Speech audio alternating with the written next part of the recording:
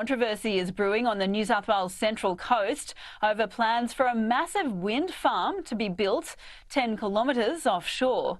Residents claim there has been little consultation over the proposal and fear the wind turbines will detract from the beauty of the coast, as well as impact wildlife and tourism.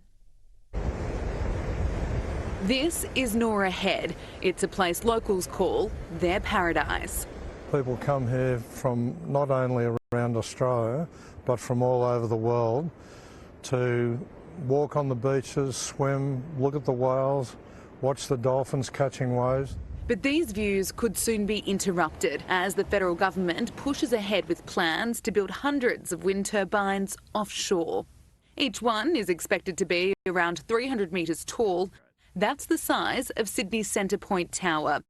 The wind farm is set to be built in a zone that stretches over 5,000 kilometres between Norah Head and Port Stephens. The main advantage of an offshore wind farm is that they have a higher capacity for a smaller footprint. Just one of these turbines is big enough to supply 22,000 homes. Steve Hogerveen has called Norah Head home for 35 years. He's worried about how the project could harm marine life. We have the whales going past on the superhighway every year. The turbines will also have a great impact on the migrating seabirds, and bird strike from wind turbines is absolutely horrific. Steve is among many in the community who believe the wind farm will detract from the nationally recognised surfing reserve and will turn tourists away. So that'll have a great impact on everybody here, the restaurants, coffee shops, motels and hotels.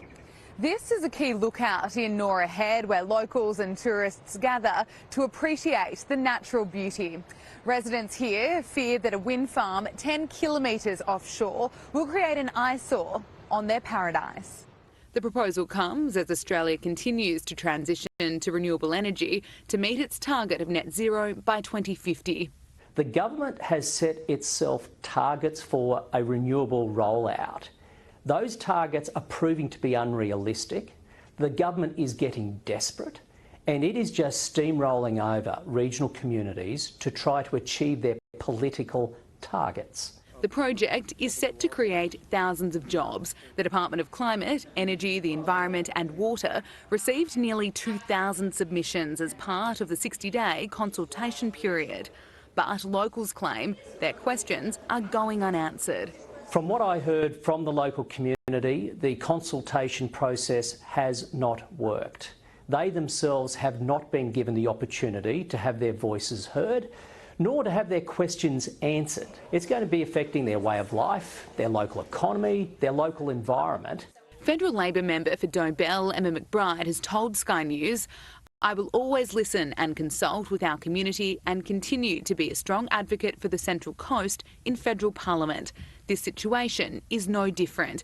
In order for any renewable energy projects to be developed or operate, multiple stages of approval must be obtained across Commonwealth and state jurisdictions. Residents will be consulted at each stage." But residents along the Central Coast are vowing to push back against the project before it's too late. We can't see the point in destroying one environment trying to save another one. Gabriella Power,